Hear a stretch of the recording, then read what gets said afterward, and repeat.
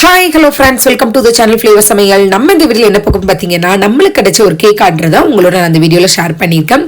இந்த கேக்கே பாத்தீங்கன்னா கொஞ்சம் டிஃபரெண்டான கேக்குன்னு சொல்லலாம். உள்ள வந்து கேக்கோட பேஸ் வந்து வெண்ணிலா பேஸ், அப்புறம் ஃபில்லிங்ல இருந்து எல்லாமே க்ரீம் எல்லாமே சாக்லேட் க்ரீம்ல பண்ணிருக்கோம். டேஸ்ட் ரொம்பவே நல்லா இருந்துச்சுன்னு சொல்லி இருந்தாங்க. அதுவும் இல்லாம இந்த கேக் பாத்தீங்கன்னா நம்ம நார்மல் கடாயில நல்லாவே ஸ்பாஞ்சியா எப்படி செய்யலாங்கிறத உங்களோட ஷேர் பண்ணிருக்கேன். இப்போ இந்த ரெசிபிக்கு தேவையான பொருட்களை என்னன்னு பார்ப்போம். அதுக்கு முன்னாடி நம்ம சேனலை ஃபர்ஸ்ட் டைம் பாக்குறீங்கன்னா ஃப்ளேவர் சமையலை சப்ஸ்கிரைப் பண்ணிக்கோங்க, பெல் பட்டன் அமைக்கோங்க, கூடவே லைக் பண்ணி தட்டிருங்க. அப்பதான் அடுத்தடுத்து போடுற வீடியோ உங்களுக்கு நோட்டிபிகேஷன்ல வரும். இப்போ நம்ம வீடியோக்குள்ள போகலாம்.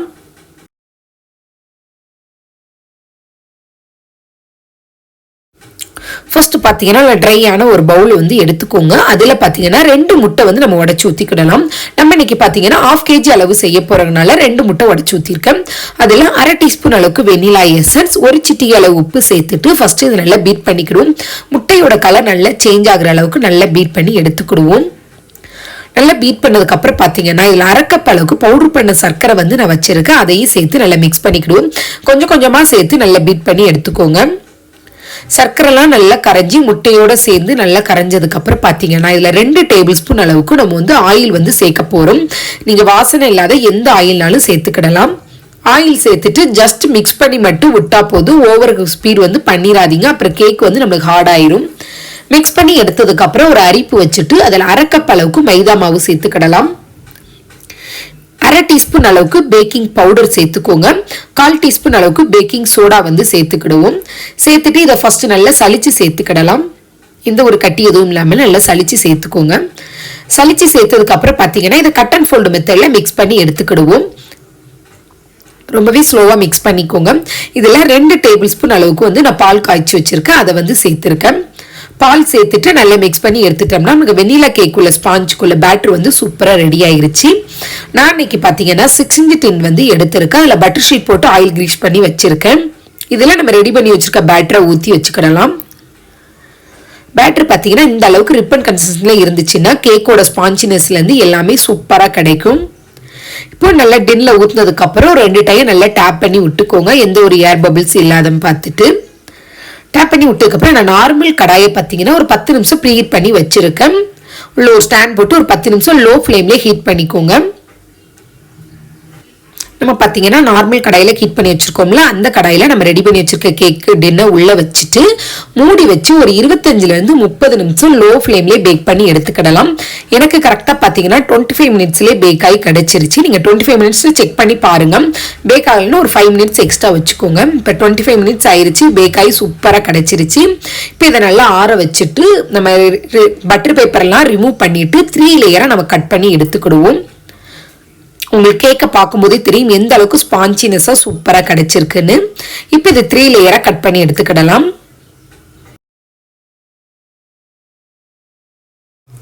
இப்போ பாத்தீங்கன்னா கேக்க 3 லேயரா சூப்பரா கட் பண்ணி எடுத்துட்டோம். இப்போ கேக் அசம்பிள் பண்ணிடலாம்.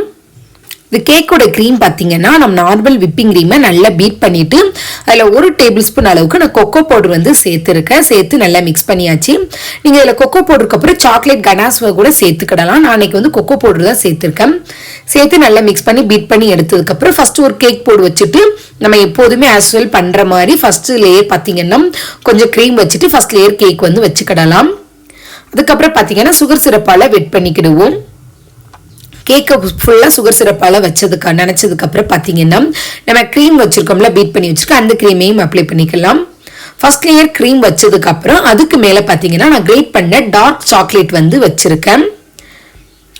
உங்களுக்கு ஃபில்லிங்க்கு டார்க் சாக்லேட்க்கு அப்புறம் சாக்லேட் கனாஸ் கூட யூஸ் பண்ணிக்கோங்க. நான் வந்து டார்க் சாக்லேட் வந்து துருவி எடுத்து வச்சிருக்கேன். அடுத்து 2வது லேயர் அதே மாதிரி வச்சுட்டு சுகர் சிரப் வச்சு அப்புறம் க்ரீம் அப்புறம் டார்க் சாக்லேட் வச்சு 3 லேயரையும் இதே மாதிரி நம்ம ரெடி பண்ணி எடுத்துக்கிடுவோம்.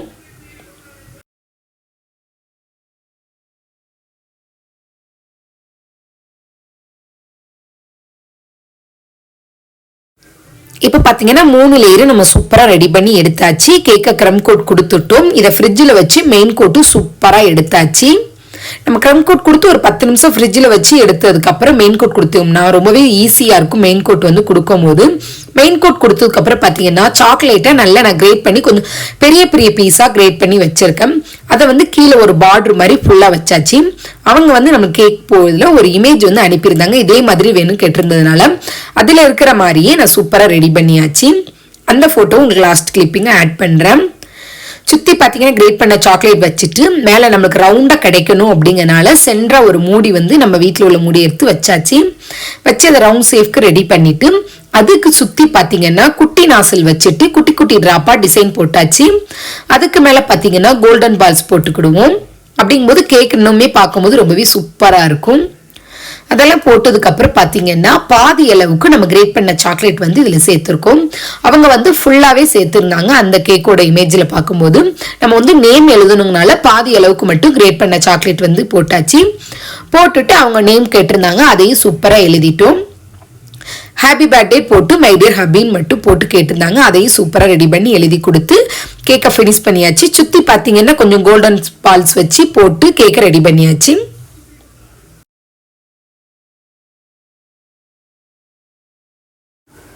சூப்பர் டேஸ்டியான 1/2 kg உள்ள வெண்ணிலா பேஸ் வச்சு சாக்லேட் க்ரீம் வச்சு கேக் ரொம்பவே சூப்பராக ரெடி பண்ணியாச்சு. இந்த கேக்கோட டிசைன் எப்படி இருக்குன்னு பார்த்துட்டு கமெண்ட் பண்ணுங்க. உங்களுக்கு யாருக்காவது குன்னூர் அரவங்காடு ஏரியாவில் இருக்கீங்க, கேக் தேவைப்பட்டுச்சு, நான் கான்டாக்ட் நம்பர் கொடுக்குறேன், நீங்களும் செக் பண்ணி கான்டாக்ட் பண்ணிக்கிடலாம். Thank you friends. இந்த வீடியோவை கடைசி வரை பார்த்ததுக்கு ரொம்ப நன்றி. மீண்டும் ஒரு வீடியோவில் சந்திப்போம்.